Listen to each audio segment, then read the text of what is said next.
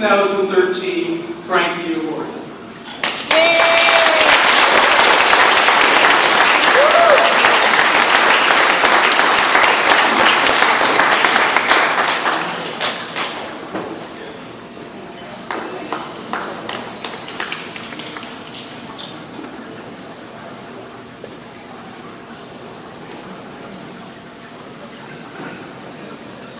I would like to begin by thanking Sacred Landsman for nominating me for this award and the Board of Directors of Franki's World Foundation for choosing me from among all of the very worthy nominees.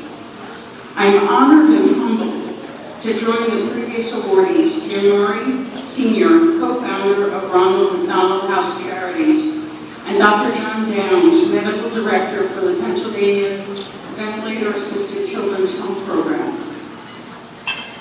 I learned the importance of advocating for my own child from my mother, because when I was very young and had a serious chronic illness, she advocated in the 1950s for what we today call patient-centered care.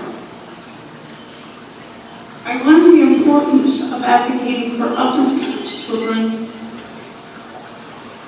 from the parents and professionals who helped me when I was just a children's mom 30 years ago. I've had incredible opportunities to work as an advocate systemically, helping to develop the laws and regulations, as well as the practices to implement the services families need. When necessary, I've been involved in litigation and hearings to meet the needs where systems fail.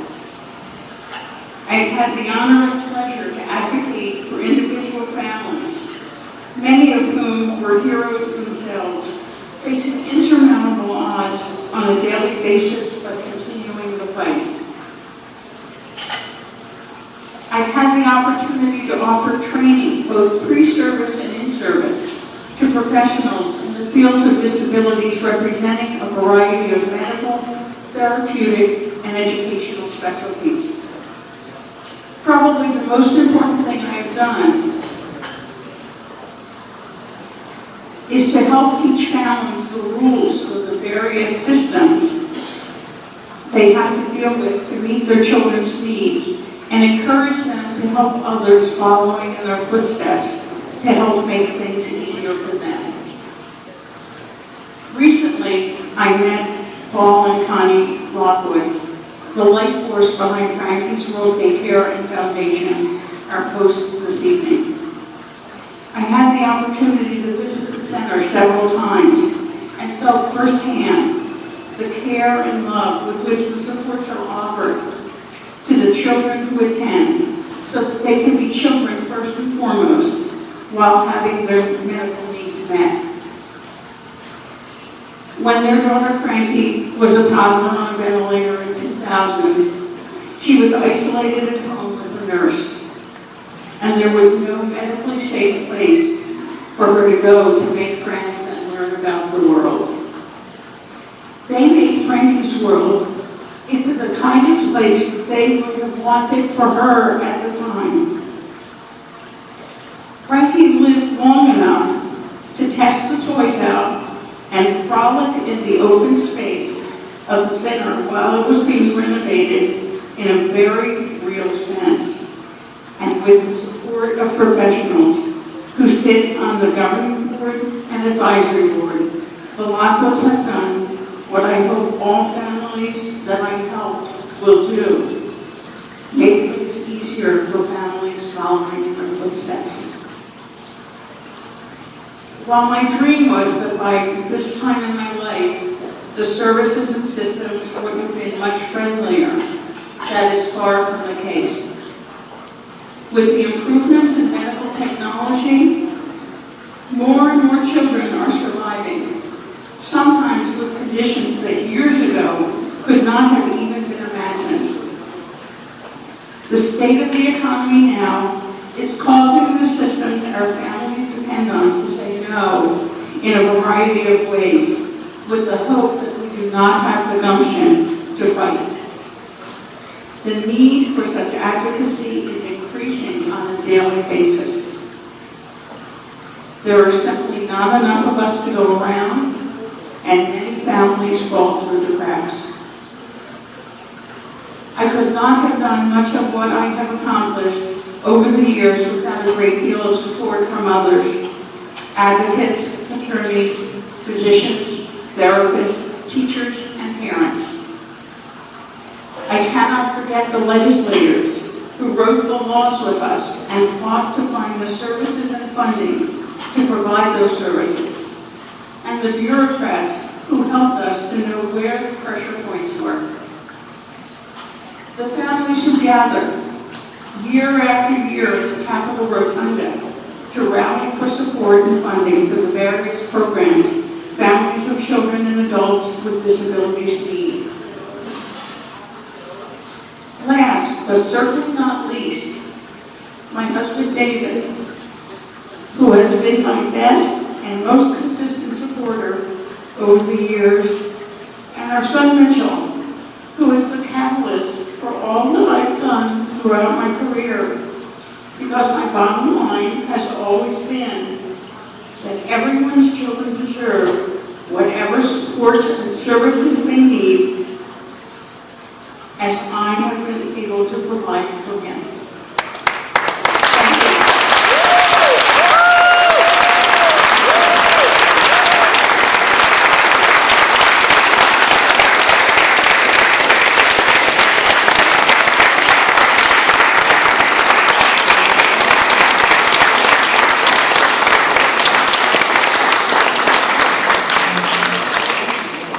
We have an additional surprise prepared. With this table over here, come up and make your presentation. Marlene, they're somewhere else. Okay.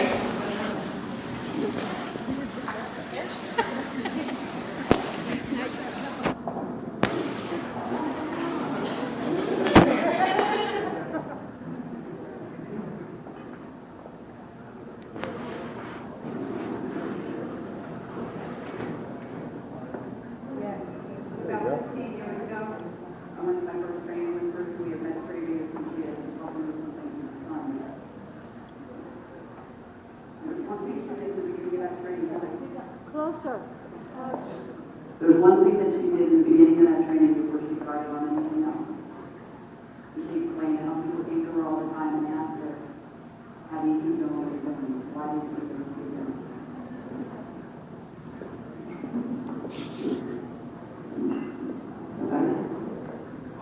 She read the poem called The Starfish Poem. Once upon a time, there was a wise man. He used to go to the ocean to go writing. He had a habit of walking on the beach before he began his work. One day he was walking along the shore. As he looked down the beach, he saw a human figure moving his plate with a dancer. He smiled to himself to think of someone who would dance to the next. So he began to walk faster to catch up, and as he got closer, he saw that it was a young man, and that the young man wasn't dancing, but instead he was reaching down to the shore, picking up something, and very gently throwing it into the ocean.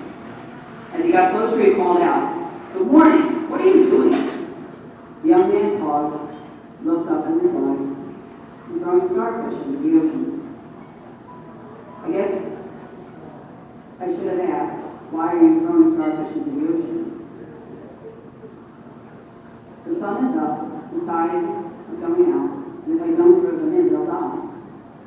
But young man, there are miles and miles of beach, and the starfish are all where you couldn't possibly make a difference.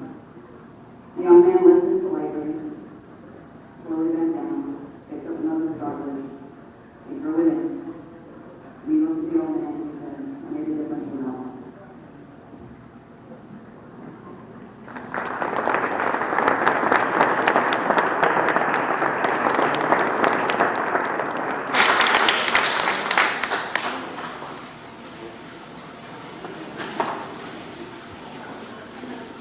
So the starfish poem has been signed, has been autographed on the back by many of the families who are here tonight to honor Ruth. Can you show the back side so we can see the signatures as well? And if you are a parent,